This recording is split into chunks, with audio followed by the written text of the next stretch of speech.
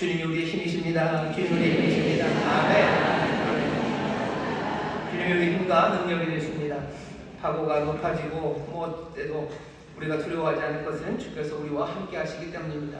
주님이 우리 인생의 배에 함께 하셔 우리를 소망의 항으로 인도하십니다. 두려워하지 마시고 여러분들 힘든 일 있을 때마다 속상하는 이야기 들릴 때마다 뭔가 절망적인 한숨이 나올 때마다 한숨이 변하여 기쁨이 되게 하시고 탄식이 변하여 찬송과 기도가 되게 하시는 성령의 인도하심 따라 더 뜨겁게 기도하시고 혼자 말고 우리 구역 식구들 가족들과 함께 기도하는 그런 성도님들 되시기를 특별히 이번 한 주간 끊임없는 기도, 소망의 기도가 넘쳐나게 될 줄 믿습니다.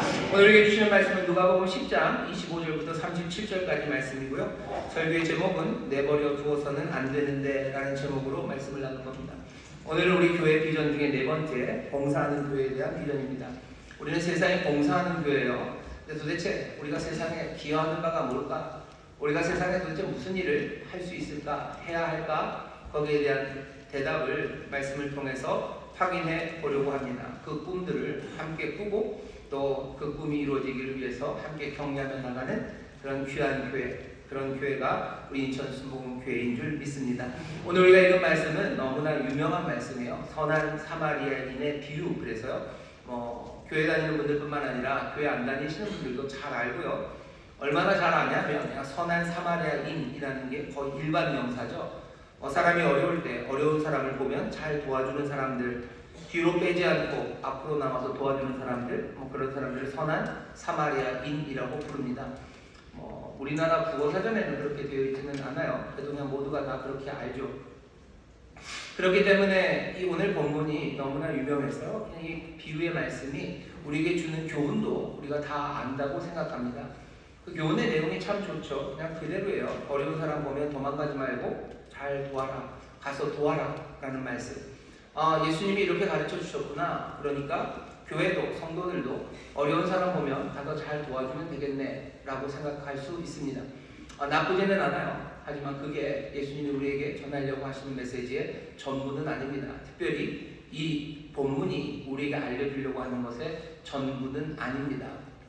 예수님이 그냥 그 말씀 하시려면 그 말씀 하시면 돼요. 그냥 가서 어려운 사람 있으면 도와줘라, 이게 좋은 거다 얘기하시면 되죠.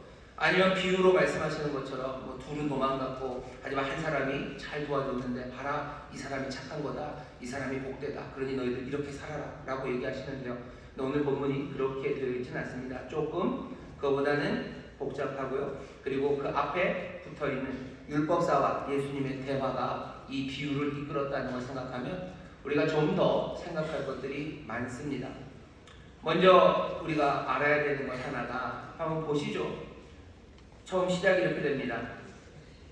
25절입니다. 어떤 율법사가 일어나 예수를 시험하여 가로되.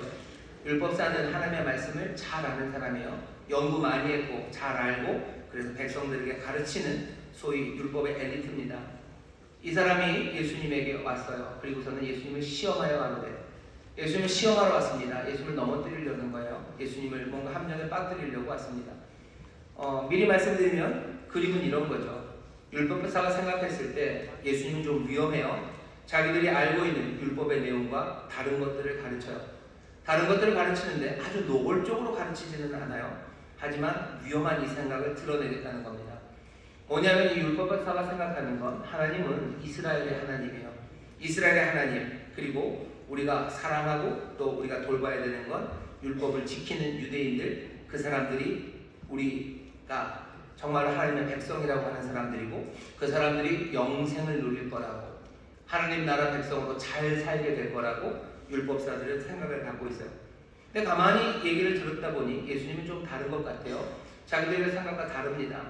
뭔가 그건 넘어서 다른 사람들을 하나님이 사랑한다고 얘기하는 것 같고 그 사람들과 살아야 된다는 이야기를 예수님이 하시는 것만 같죠. 그런 것들을 드러내려는 겁니다. 예수님이 그것들을 드러내는 순간 이 사람은 예수님을 잡아갈 수도 있어요. 그리고 예수님이 이단이라고 정죄할 수 있어요. 그리고 넘어뜨릴 수도 있습니다. 율법사가 생각했던 좋은 생각, 그 생각을 지키기 위해서 예수님을 넘어뜨리려고 하는 겁니다. 그게 이 사람 율법사의 마음속에 품은 작전입니다. 율법사가 일어나 예수를 시험하여 가로되 묻죠. 예수님, 죄송합니다. 선생님, 내가 무엇을 하여야 영생을 얻으리까? 이 질문은 특별한 질문은 아닙니다. 그냥 표준적인 질문입니다. 이 당시에 모든 선생님들 앞에 제자들이 묻고요. 그리고 그 묻는 대답에 정답처럼 해답이 있어요. 표준적인 질문, 표준적인 대답이 지금 보고 갑니다. 어떻게 해야 영생을 얻습니까? 그 얘기는 어떻게 해야 참된 이스라엘 백성으로 삽니까? 어떻게 하나님의 보호하심과 은혜 안에서 정말로 새 세상을 살아가는 사람들, 영생을 누리는 사람들은 누굽니까? 라고 묻는 거예요. 거기에 대한 대답은 거의 정해져 있습니다. 표준적인 대답이에요. 예수님이 직접 대답하지 않으시고 율법에 무엇이라고 기록되어 있느냐, 네가 어떻게 읽느냐? 라고 오히려 반문을 하죠. 율법사가 대답합니다. 대답하여 가로되 네 마음을 다하며 목숨을 다하며 힘을 다하며 뜻을 다하며 주 너의 하나님을 사랑하고 또한 네 이웃을 내 몸과 같이 사랑하라 하였나이다. 율법사가 대답하죠. 여러분들 마태복음이나 아니면 마가복음에도 예수님이 똑같이 이야기를 하십니다. 같은 대답이에요. 영생을 얻으려면 뭘 해야 됩니까? 계명 중에 가장 큰 계명은 뭡니까? 그 묻는 질문에 그때는 예수님이 반문하지 않으셨어요. 직접 대답을 하시죠. 마가복음 12장에서도 또 마태복음 22장에서도 예수님은 직접 동일한 이야기를 하셔요. 하나님 사랑하고 이웃 사랑하는 것. 이것이 율법과 선지자의 강령이에요. 율법사의 대답과 다릅니다. 똑같습니다. 그게 그냥 표준적인 답이에요. 모두가 다 알고 있어요.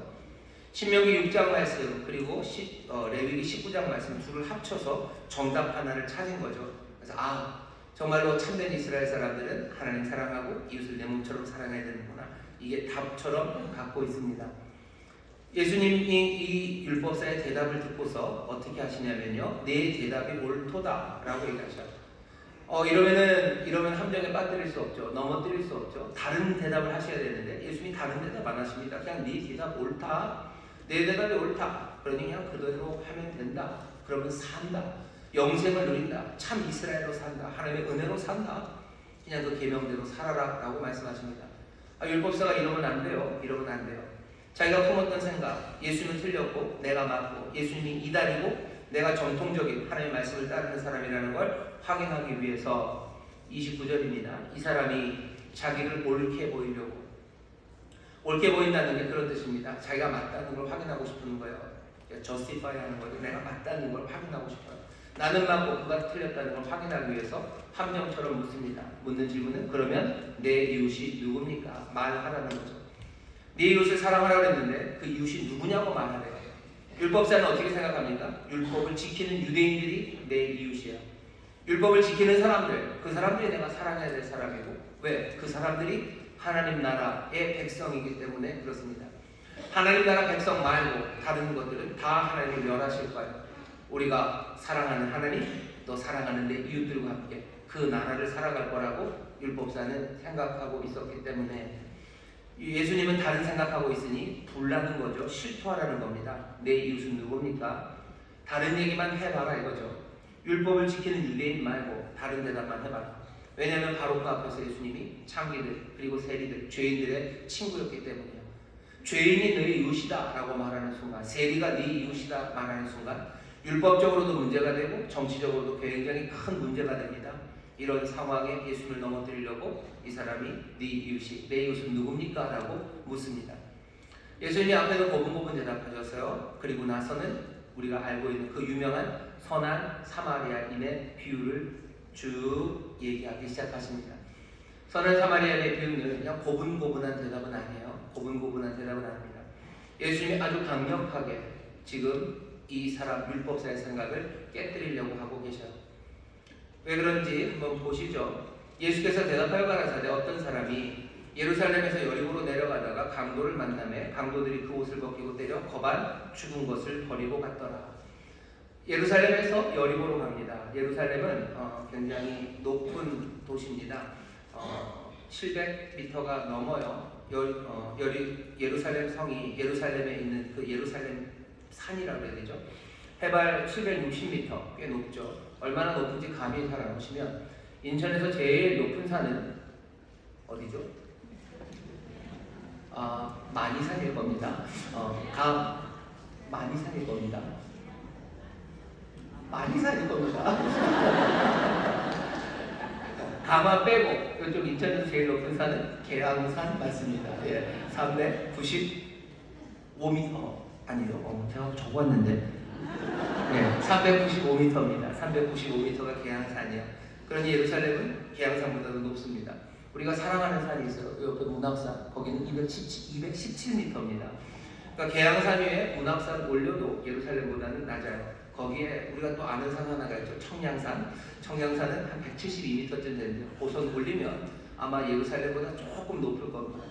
예루살렘이 760m예요. 여리고는 어디냐면요. 여리고는 해발 아닙니다. 바다 위로 올라와 있잖아요. 여리고는 해 수면 아래에 있습니다. 해 수면 아래 얼마나 아래에 있냐면요. 250m 아래에 있어요. 여리고는 해 수면 아래 250m 있는 곳이에요. 아니 어떻게 도시가 바다보다 낮습니까? 그런 도시 있죠. 네덜란드에 그 팔뚝 굵은 소년 하나 있었죠. 뚝을 막았던. 네덜란드만 해도 바다보다 낮은 땅들이 있어요. 그러니 뚝을 쌓고 풍차로 그 물들을 퍼놔야 되고 그렇게 네덜란드가 합니다. 네덜란드가 뚝을 쌓는 건 바다 옆이니까 그래요. 하지만 여리고는 한참 내륙으로 들어왔기 때문에 그럴 필요는 없죠. 그래도 여리고는 해 수면보다 250m가 낮은 도시예요. 아마 전 세계에서 가장 낮은 곳에 있는 도시가 여리고일 겁니다. 거기보다 더 낮은 데는 어디예요? 여러분들이 아시는 사해바다. 거기 더 내려가는 거예요. 더 깊어지는 겁니다. 여리고가 250 그리고 예루살렘이 760 합치면 한 3m쯤 되죠.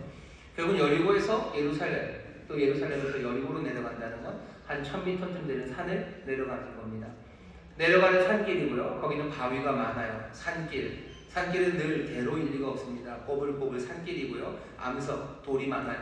뭐 하기에 딱 좋습니까? 산적질 하기가 딱 좋은 동네가 그 길입니다. 험한 길, 험한 내리막길, 돌도 많고 숨어있을 곳도 많은 그곳에 혼자 가는 사람들은 강도 만나기가 쉬워요. 예수님이 지금 그 길 이야기를 합니다. 예루살렘에서 여리고로 지금 내려가는 사람이 강도를 만났어요. 그리고 거반 죽게 되었습니다. 거반 죽게 돼서 반쯤 죽었어요. 죽었나 살았나 애매할 정도로 그냥 쓰러져 있는 겁니다. 그냥 숨 쉬고 소리 낸다면 그건 살아있는 거죠. 그냥 반쯤 죽어서 죽은지 산지 모르는 사람은 아마 꼼짝도 못하는 겁니다. 지금 그런 상태의 사람이 하나 있대요. 그러고서는 제사장이 옵니다. 지나가요. 그리고 레위인이 지나갑니다. 둘은 그냥 지나가죠. 왜 지나갈까? 그냥 지나가는 것만은 아닙니다. 아마도 그래서 그렇겠죠. 제사장이나 레위인들은 시체를 만지면 안 돼요. 아니 모든 사람들이 사실은 시체를 만지면 안 됩니다. 그럼 어떡합니까? 만질 수는 있습니다. 하지만 부정한 사람이 되는 거예요. 보통 사람이라면 시체를 만지고서 그 다음에 며칠간 정결의 예식이 지날 동안에 시간을 보내면 되는데요. 제사장과 레위인은 얘기가 좀 달라지죠. 이 사람들 시체를 만져서 부정해지면 자기 할 일을 못합니다. 예배, 제사 안 돼요. 제사를 섬기는, 돕는 그 레위인의 일을 감당할 수 없습니다. 부정한 사람들은 제사에 참여할 수 없기 때문이에요. 그러니 제사장과 레위인이 봅니다. 거반 죽었어요. 죽었는지 살았는지 모릅니다. 겉으로 봐서는 죽은 것 같죠. 그러니 어떻게 해야 돼요? 건들면 안 돼요. 그냥 지나가는 게 안전합니다. 레위인과 제사장이 그 표준적인 질문과 표준적인 대답을 몰랐을 리가 없어요. 하나님 사랑하고 이웃 사랑하라는 그 계명을 몰랐을 리가 없습니다. 이래야 참 이스라엘 사람이라는 걸 아는 제사장과 레위인이에요. 율법을 압니다. 하나님이 어떻게 살아야 된다고 가르쳐 주신 그 계시를 아는 사람들이에요. 하지만 이 사람들이 그냥 지나간 건 이 율법을 어긴 겁니까? 그렇지는 않아요. 율법을 어쩌면 지키기 위해서죠. 성결할 법. 시체 만지면 안 된다는 율법을 지키기 위해서. 그래서 어쩌면 만지지도 않고 그냥 돌아가 버린 겁니다. 예수님이 사실은 질문 하나를 던지신 거죠. 하나님이 계시하셨어요. 율법을 주셨어요. 근데 그 율법을 지키며 살아간다는 게 그렇게 간단하지는 않다는 겁니다. 여기 있는 이 율법사에게도 마찬가지고 우리에게도 마찬가지예요. 하나님 우리에게 말씀을 주시죠. 하나님이 이웃을 사랑하라고 하셨어요. 그럼 그게 그렇게 간단합니까? 간단하지 않습니다. 간단하지 않아요. 거기에는 우리의 오해도 섞여 있고요. 우리가 하나님의 말씀을 어떻게 적용해야 되는지 거기서 곤란한 일이 생깁니다. 교회가 세상에 봉사해야 된다는 말 좋은 말이에요. 그냥 딱 그 말 들으면 그래 세상에 좋은 일 하면서 살아야지. 교회는 세상에 좋은 일 하면서 사는 거야 라고 단순하게 말하는 것. 그것이 우리가 지금 하나님의 말씀을 따라야 되는 전부는 아닙니다. 우리에게 꿈을 주셔야 돼요. 그리고 우리에게 다시 한번 계시의 영을 부으셔서 정말로 하나님이 교회에 무엇을 바라시는지 우리가 세상을 위하여 어떻게 해야 되는지에 대해서 귀 기울여 드려야 됩니다. 그냥 좋은 말이라고 덥석 물고 그냥 그거 다 내가 안다고 말하면 그 곤란한 일이 생기는 거죠. 여기 예수님이 이웃을 사랑하라고 했으니까 이웃을 사랑하면 되는 거야 라고 그냥 생각하고 내가 그냥 생각한 방식으로 사랑합니다. 그리고 내가 이웃이라고 생각하는 사람들을 그냥 이웃이라고 생각합니다. 지금 그게 여기 이 율법사가 하는 일이에요. 자기가 이웃이라고 생각하는 사람, 자기가 생각하는 사람, 그냥 그것들을 해나가는 거죠. 그러면서 말씀대로 율법대로 살았다고 생각하는데 예수님이 처음서부터 그것들을 꼬아놓기 시작하는 거예요. 아니, 율법? 그렇게 쉽고 간단한 얘기는 아니지 않냐. 그러면 그냥 고민해봐라, 더 깊이 생각해봐라, 그러면 되는데 예수님은 오늘 그냥 그 질문에만 남겨놓지 않으시고요. 답 하나를 그냥 확 하고 찔러 넣으십니다. 찔러 넣는 건 33절이에요. 어떤 사마리아인은 여행하는 중 거기 이르러 그를 보고 불쌍히 여겨 가까이 가서 기름과 포도주를 그 상처에 붓고 싸매고 자기 짐승에 태워 주막으로 데리고 가서 돌보아주고 이튿날에 데나리오 둘을 내어 주막 주인에게 주며 가로되 이 사람을 돌봐주라. 부비가 더 들면 내가 돌아올 때에 갚으리라 하였으니. 제가 이 말씀을 읽으면서 갑자기 드는 생각이 있어요. 혹시 마니산이 더 높으면 나중에 저한테 얘기해 주셔요.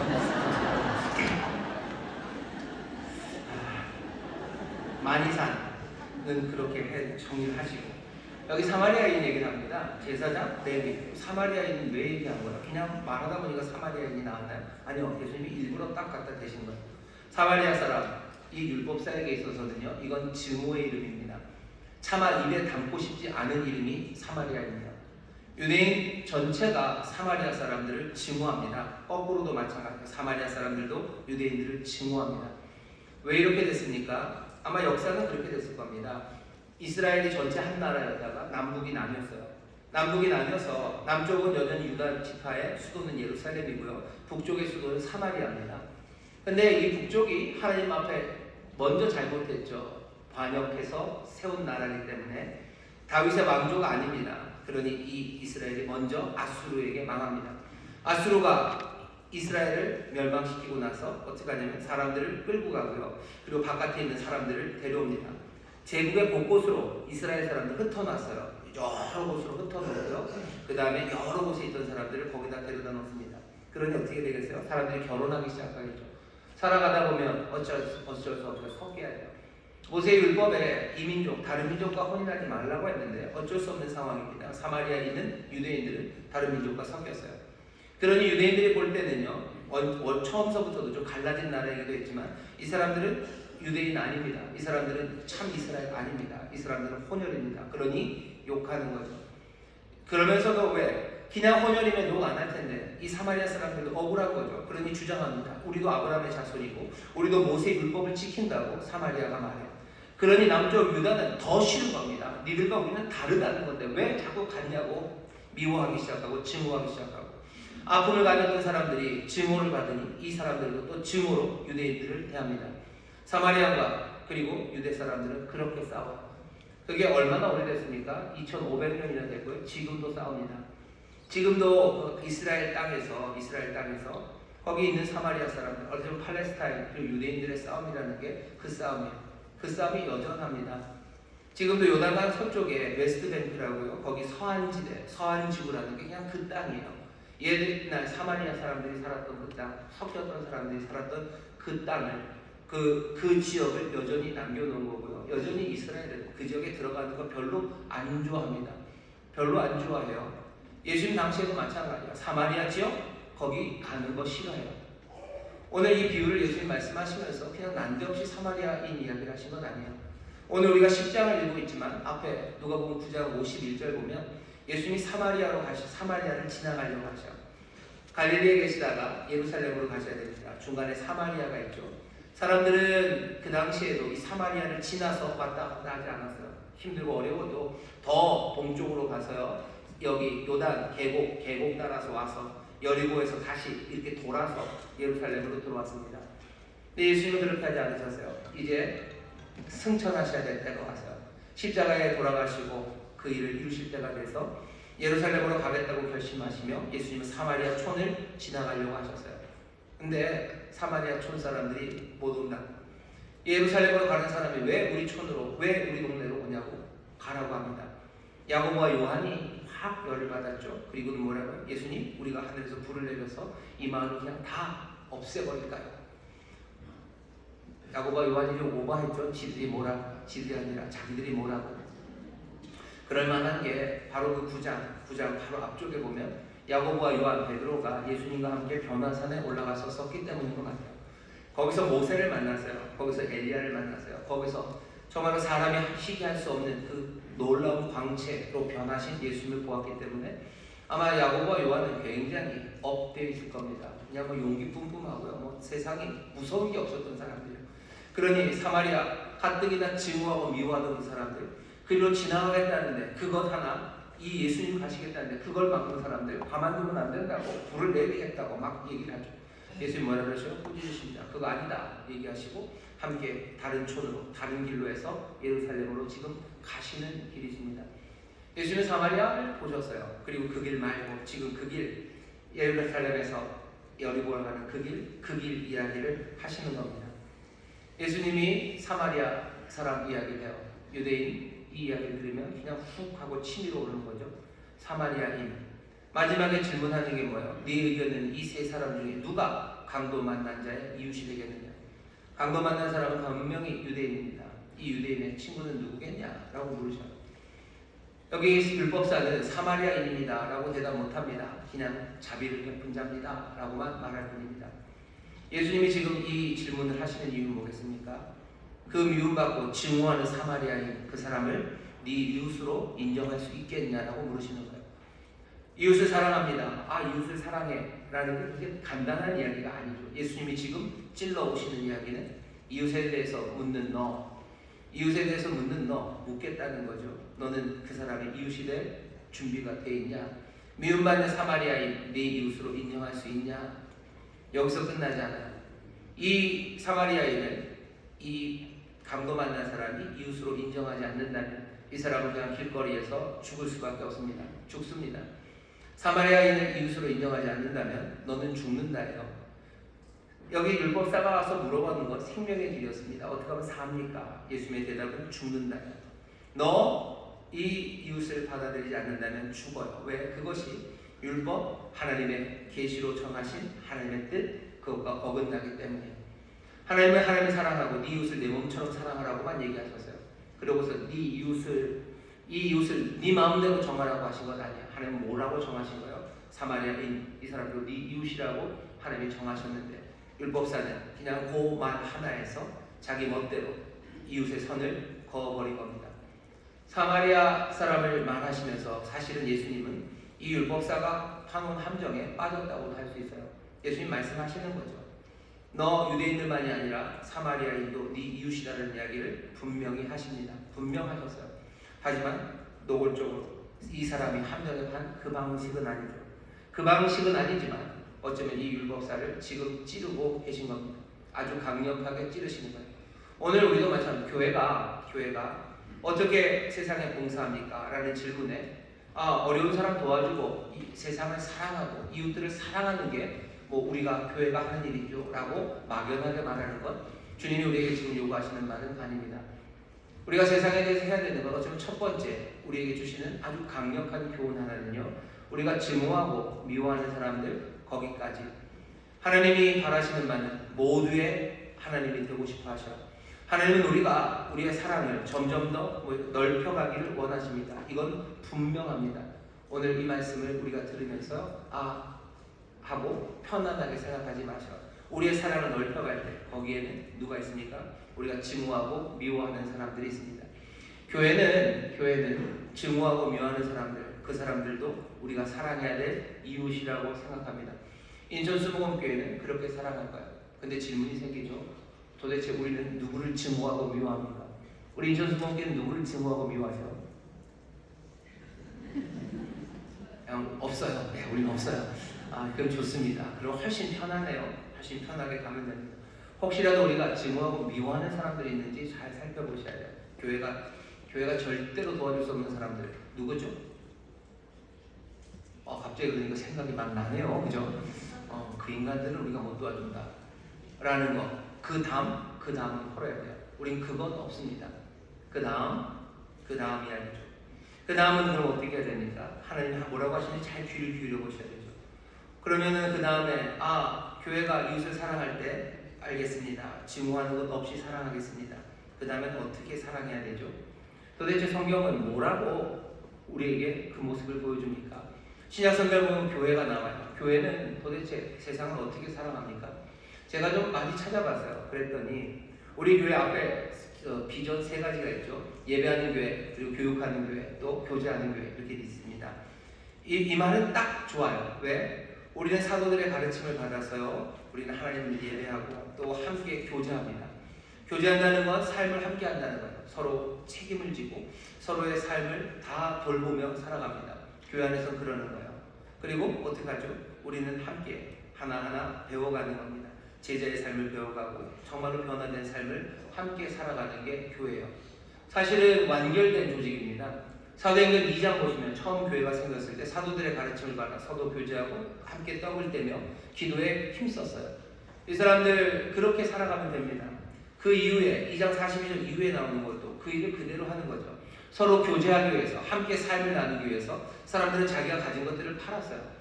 자기가 가진 것들을 팔아서 삶에 책임져 주기 위해서 가난한 사람들 필요한 것들을 채워주고 정말로 필요한 것이 없도록 돕는 그 일을 합니다. 함께 찬송하고 함께 예배합니다. 그리고 함께 즐거워하며 교회는 살아가기 시작해요. 그러면 다 된 것 같죠. 그런데 3장으로 넘어가면 이 교회가 점점 밖으로 나가기 시작합니다. 그 교회가 시작되고 3장의 처음 시작은 베드로와 요한이 제9시 기도 시간에 성전 미문 앞에서 구걸하는 사람, 주저앉아서 일어서지 못하는 이 사람을 만나면서 3장이 시작됩니다. 밖으로 나간 거예요. 교회 밖으로 나갔죠. 우리가 먼저 확인해야 되는 것은 교회 안에서의 교제하는 삶이에요. 교제하며 함께 예배하며 또 함께 하나님의 말씀 안에서 변화되며 살아갑니다. 우리는 우리 사랑해요. 우리를 사랑합니다. 우리 안에 성도들을 사랑해요. 형제 자매들을 사랑하셔요. 어쩌면 이게 훨씬 더 먼저고요. 거기서부터 시작입니다. 세상을 사랑하고 세상에 뭔가 좋은 것을 주는 것, 그건 그 다음 이야기예요. 물론 다 중요하지만 순서가 그렇게 되어 있습니다. 우리 안에 먼저 사랑하셔. 우리 안에서 삶을 책임져 주셔. 그건 훨씬 더 적극적이고 비어있는 것이 없게 하는 사랑이에요. 하지만 세상에 우리가 하는 일은 그거는 조금 느낌은 다릅니다. 얼마나 달라야 됩니까? 제가 생각할 때 오늘 말씀을 통해서 제가 생각할 때 오늘 설교의 제목이에요. 내버려둬서는 안 되는 사람들이 있어요. 사도행전 잘 보시면 사도들이나 교회가 세상의 아픔에 대해서 뭔가 움직이는 게 그렇게 많이 보이지 않습니다. 기근이 임했어요. 기근이 예루살렘 그 지역 유대 지역에 큰 기근이 임했죠. 교회가 유대 지역에 있는 많은 사람들을 구제하기 위해서 뭔가를 모았다는 얘기는 없어요. 뭐 하죠? 예루살렘 교회, 그 교회에 있는 성도들 위해서 그 마게도냐에 있는 모든 성도들, 고린도에 있는 성도들이 그냥 기도하고 모으고 매주 모은 것을 그거 소중하게 들고 바울이 예루살렘으로 갑니다. 교회를 돕는 것에 대해서 사람들은 무슨 교회가 지들끼리만 돕네 라고 세상이 말합니다. 사람들이 그렇게 얘기해요. 그 얘기에 흔들리실 필요 없어요. 그 얘기에 흔들리실 필요 없습니다. 우리의 삶이라는 게 우리가 맡겨주신 삶이 그냥 좋은 캐치프레이즈 하나를 붙잡고 살아가는 것도 아니고 사람들이 던지는 이야기 그것 따라 살아가는 것 아니에요. 교회 안에서 믿음의 사람들, 우리 이 지역교회, 인천 수목원교회뿐만 아니라 우리가 교회를 돕습니다. 교회에 가난한 사람들 도와요. 사실 그것만 해도 벅찹니다. 우리가 가진 것들을 매주 모아야 될 거고요. 그 일을 하려면 우리가 가진 많은 일들에 힘들고 고난스러운 시간들을 보내야 될 거예요. 교회 그리고 믿음의 형제 자매들을 우리는 도와요. 그건 교제, 코이노니아 함께하며 우리의 책임입니다. 그것들을 책임져서 살아내야 되는 것 거기서부터 시작이에요. 그 다음에 어떻게 됩니까? 세상으로 나가는데 오늘 여기 본문에 보면 내버려둬서는 안 되는 사람들이 있어요. 이건 너무 급하죠. 거의 죽어가는 사람들입니다. 그 사람들 우리 밖에 보입니다. 우리가 조금 배고픈 사람들을 배고픈 밖에 있는 사람들 먹여주기 위해서 너무 애써야 되나? 아니요, 하나님이 먹으실 거라고, 하나님이 은혜를 주실 거라고 일단은 생각하셔도 돼요. 교회는 그럼 뭘 해야 됩니까? 나는 뭘 해야 됩니까? 믿음의 사람들 책임지셔요. 그것만 해도 숨찰 겁니다. 그리고 내버려둬서는 안 되는 사람들이 있어요. 도무지 내버려둬서는 안 되는 사람들, 누가 우리 눈앞에 있습니다. 여기 사마리아인이 지금 그 산을 내려가요. 그 길을 내려갑니다. 이 사마리아 사람은 세상에 있는 모든 가난하고 아픈 사람들을 다 고치는 사람이 아니에요. 그 앞에 있는 사람이에요. 그러니까 우리가 솔직해져야 돼요. 교회가 좋은 일 해야 된다고 말하고 그냥 그걸 멍하게 사실은 잘 지키지 않으려니 그 비전들이 분명히 안 보이는 겁니다. 내가 가는 길에 만나는 사람 많은 거예요. 우리 교회 주변에 성도들의 삶 앞에 거반 죽어가는 사람들이 있습니다. 아무도 없다고요? 그러면 다른 일 하시면 돼요. 하지만 내 눈앞에 아무도 없으면 그 길 가시면 되는 거죠. 그 길 가시면 됩니다. 하지만 하나님이 우리에게 정말로 하나님이 모든 사람의 하나님이시고 우리의 사랑을 점점 더 펼쳐나시며 하나님의 사랑을 전하게 하시려고 우리 앞에 도저히 내버려 두어서는 안 되는 사람들, 그 사람들을 두실 때가 아마 한두 번이 아닐 겁니다. 우리는 마음에 다짐하는 거죠. 우리 앞에 내버려 두어서는 안 되는 사람들 보면 우리는 그 사람들을 위해서 기름을 붓고 포도주를 내어놓을 거예요. 내가 가진 게 2데나리온이면 2데나리온을 줄 거예요. 내가 가진 게 짐승, 내가 가진 게 그 나비 하나면 거기다 태울 겁니다. 그 일이 교회가 그리고 성도들이 해야 되는 일입니다. 세상을 우리는 사랑합니다. 사람들이 그거 너무 작은 것 아니냐라고 하는 말에 흔들리지 마셔요. 오히려 이게 훨씬 더 실제적이고 어쩌면 이게 정말로 우리의 삶을 내어놓는 사랑입니다. 세상 전체를 배부르게 하고 세상 전체를 우리가 채워줘야 된다고 생각하는 거 그건 우리가 할 일 아니에요. 교회에 이런 일을 맡기신 적이 없습니다. 우리의 눈앞에 하지만 보여줘요. 우리가 가는 길에 우리의 공동체 바깥으로 우리가 걸어나가죠. 걸어나가는 길에 정말로 내버려둬서는 안 되는 육체적이고 물질적이고 정말로 피지컬한 문제가 생긴 사람들 그 사람들을 먹이고 돌보는 거 그거 우리가 해야 되는 일이에요. 그러면 됐네. 그것만 하면 됩니까? 아니요. 그것만 일리가 있습니까? 주님이 우리를 부르신 부르심들이 들려오기 시작하죠. 우리에게 하신 말씀은 빛이 되라고 하셔. 너희는 세상에 빛이 되라고 하십니다. 도저히 내버려둘 수 없는 거죠. 어둠입니다. 세상은 어둠이에요. 우리에게 맡기신 일은 뭐예요? 우리를 빛으로 부르셨어요. 빛이 해야 될 일은 뭐겠습니까? 그냥 빛을 계속해서 빛이어야 되는 거죠. 예배하고 교제하고 그렇죠. 삶을 나누고 또 여기서 하나님의 말씀으로 제자되어가고 변화되어가면서 우리는 그 빛을 비춥니다. 그러면 그 어둠에 빛의 영향이 끼쳐가기 시작하는 겁니다. 교회와 성도들이 세상에 줄 수 있는 선물들 우리가 섬길 수 있는 것은 어쩌면 빛의 역할을 제대로 감당하는 것 그것이 될 겁니다. 우리의 눈앞에 당장 놓여져 있는 아픔들 그리고 내버려둬서는 안 되는 것들 그것에 우리가 손 내밀고 가진 것들로 싸매고 이렇게 세워야 하는 것. 우리 형제에 관한 이야기가 아니에요. 바깥 그 사람들도 우리 이웃이기 때문에 사랑하는 겁니다. 율법사가 물었던 질문은 그거죠. 우리의 이웃은 이만큼이야. 밖의 사람은 우리가 안 돌봐도 된다라고 선을 긋는데 우린 그건 아니에요. 점점점 더 넓혀져 가지게 하시는 게 하나님의 뜻입니다. 그러면 어떻게 사랑합니까? 어떻게 사랑하는지를 우리에게 보여주셨어요. 예수님이 이 땅에 오셔서 사랑하십니다. 얼마나 많이 사랑하셔. 예수님이 집집마다 다니시며 가난한 사람들에게 다 밥 먹여주려고 하지 않으셨어요. 왜 그 벳세다 들려 그 땅에 배고픈 사람이 얼마나 많겠습니까? 하지만 그 저녁에 그 오후에 배고파하는 그 사람들 먹으셨어요. 아픈 사람들 많이 고치실 수 있죠. 하지만 예수님 어떻게 딱 고치십니까? 그럴 수는 없어요. 눈앞에 내버려둘 수 없는 그 사람들 일일이 고치십니다. 밤새도록 고치시고요. 지쳐 쓰러질 때까지 그 사람들 고치셔요. 우리 눈앞에 내버려둬서는 안 되는 사람들 그거 사랑하는 것만 해도 그게 얼마나 어려운지 몰라요. 이 일의 진심이라면 누구도 우리를 향해서 뭐라고 말하는 것에 흔들릴 이유가 없어요. 멀리 있는 것, 빛은 어떻게 역사합니까? 그 영향을 끼치기 시작하는데 우리가 세상을 다 새롭게 만들 수 있는 손이 그런 기름과 포도주가 그런 짐승이 우리에게 없죠. 그러면 그냥 포기합니까? 아니요. 우리의 사랑은 그것과 다른 방식으로 갈 겁니다. 우리의 이웃 사랑은 정말로 교회 바깥에 세상을 사랑하는 방식은 그 세상을 바꿔내려는 선하게 바꿔내려는 시도가 될 텐데 우리는 어떻게 바꿉니까? 성경 말씀을 통해서 그리고 다시 한번 생각해보면 잊지 마셔. 우리가 세상을 변화시키고 세상에 줄 수 있는 귀한 봉사는 기도입니다. 여러분 갑자기 안심이 되는 거죠. 기도. 아니 이게 아주 상투적인 기도가 아니에요. 정말로 기도가 우리가 세상에 봉사할 수 있는 어쩌면 시작입니다. 이 땅의 고요함과 평온함을 위해서 기도하라고 디모데에게 바울이 얘기해요. 그래서 지도자들 위해서 기도해라. 고요하고 평안한 세상이 되기 위해서 기도하래요. 기도하면 어떻게 세상은 고요하고 평온해진답니다. 그게 우리가 믿는 믿음이에요. 세상의 모든 혼돈을 우리가 다 어떻게 하려고 교회가 갑니까? 그렇게 되지는 않아요.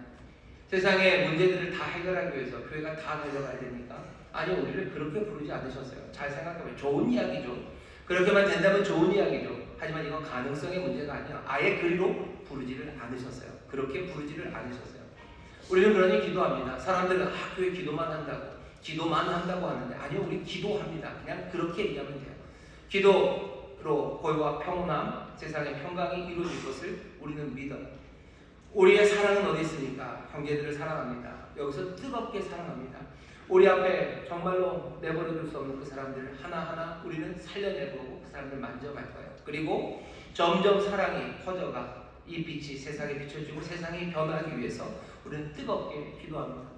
나라 민족을 위해서 기도하셔요. 이 나라의 가난, 그리고 이 나라의 여러 가지 부조리와 악함, 사람들을 절망으로 빠뜨리는 그것들을 위해서 기도하십시오. 그게 우리가 교회가 세상에 향하여 할 수 있는 봉사예요. 그냥 모면하기 위한 핑계가 아닙니다. 핑계거리로 기도를 가져다 놓지 않아요. 우린 정말로 세상의 이웃을 사랑하기에, 정말로 이 기도가 세상을 바꾸기에 우리가 줄 수 있는 가장 귀한 것으로 기도합니다. 또 우리가 해야 될 일은 뭐겠습니까? 교회가 세상 이웃을 사랑해서 할 수 있는 일은 복음 전도입니다. 이건 교회 한 사람 더 많이 더 가져온다, 이런 것과는 다른 각도에서 말해야 돼요. 세상은 어떻게 좋아집니까? 그러면 생각해보죠. 세상은 어떻게 좋아지죠? 슬픔의 세상, 아니면 아주 경제적인 불균형, 불평등이 가득한 세상, 그 세상은 어떻게 해야지 좋아집니까? 도대체 어떻게 해야 됩니까? 어떻게 해야 됩니까? 아무 생각 없으시죠? 제 생각에는 뭐 세상이 완전히 끝장나지 않는 한은 정말로 그 경제적인 불평등이 해결되기 위해서는요, 그냥 좋은 사람들이 나와야 돼요. 정말로 좋은 경제를 만들려는 사람들이 나와야 돼요. 성실하게 일하려는 사람들을 칭찬하는 사람들, 그리고 뭔가 생산력을 높이는 일에 지혜를 모으고 그것들을 정말로 개선할 수 있는 사람들, 흔들림 없이 자기 욕심 아니고 그렇게 걸어갈 수 있는 그런 사람들 나와야 됩니다. 그 사람들은 어떻게 나옵니까? 세상에 선한 건 하나님이요, 하나님만이 선하신데 정말로 우리가 세상에 기여하는 바는 이 땅에 정말로 의롭고 정말로 성실하고 하나님 말씀대로 살아갈 수 있는 그런 사람들이 세상에 배출되고 만들어지기 시작할 때 세상은 변하는 거예요. 정말로 세상이 몽땅 다 흙탕물이고 그냥 먹물 같아도 한 방울 한 방울 맑은 물을 집어넣을 수 있는 것, 그게 우리가 세상에 할 수 있는 선물입니다. 그 일은 어떻게 이루어지겠습니까? 복음 전도를 통해서 이루어질 거예요. 복음 전도를 통해서 그리스도의 사람들로 만들어 가셔요. 의로운 사람들 만드시고 선한 사람들 만들어 가셔요. 잠시만요. 저기 연락하시고 아프신 것 같으셔요.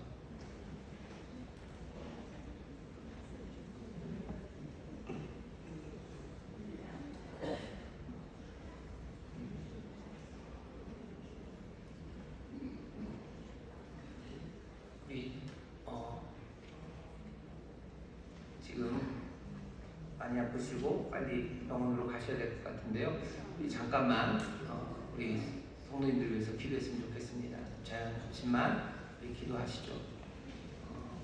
기도합시다. 하나님 감사합니다. 우리 사랑하는 성도님 예배 자리에서 나오셨지만 주님, 지금 아버지 어려운 상황으로 정신을 잃으셨습니다. 주님 붙잡아 주시고 아버지 하나님 속죄로 치료 일이 이루어지기 원합니다. 주님 두려움 내려놓습니다. 주님 역사해 주시고 지키시고 아버지 하나님 한번하게 회복하게 하실 줄 믿사오고 주님 도우시고 주님 함께하여 주시옵소서. 아버지 하나님 속히 아버지 하나님 주치가 이루어지기 원합니다. 주님 도우시옵소서. 아버지 하나님 도우시옵소서. 붙잡아 주시옵소서. 주님 붙잡아 주시옵소서. 사랑하는 하나님의 딸입니다. 주님 은혜로 붙잡으시고 능력으로 붙잡으시고 주님 한번하게 회복될 수 있도록 주님 함께하여 주시옵소서. 아버지 하나님 도우시옵소서. 치유하여 주시옵소서. 제가 기도하겠습니다. 하나님, 우리 사랑하는 하나님의 귀한 자녀입니다. 예배하는 자리에서 아버지 하나님 지금 어려움이 생겼습니다. 주님 함께 하셔서 치료하시고 또 응급조치가 이루어질 수 있도록 주님이 길을 여실 줄 믿사오니 주님 함께하여 주시옵소서. 감사드리며 예수 이름으로 기도하옵나이다. 아멘. 조금만 좀 기다려 주시죠.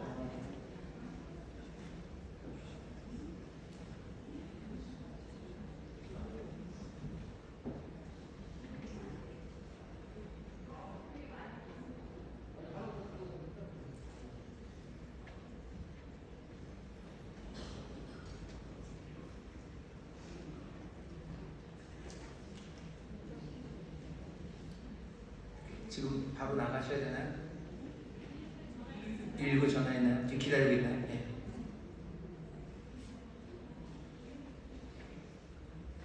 혹시 뭐 의사 선생님이나 뭐 간호 선생님 있으시면 여기 계셔요 지금? 예, 맞습니다. 네네네.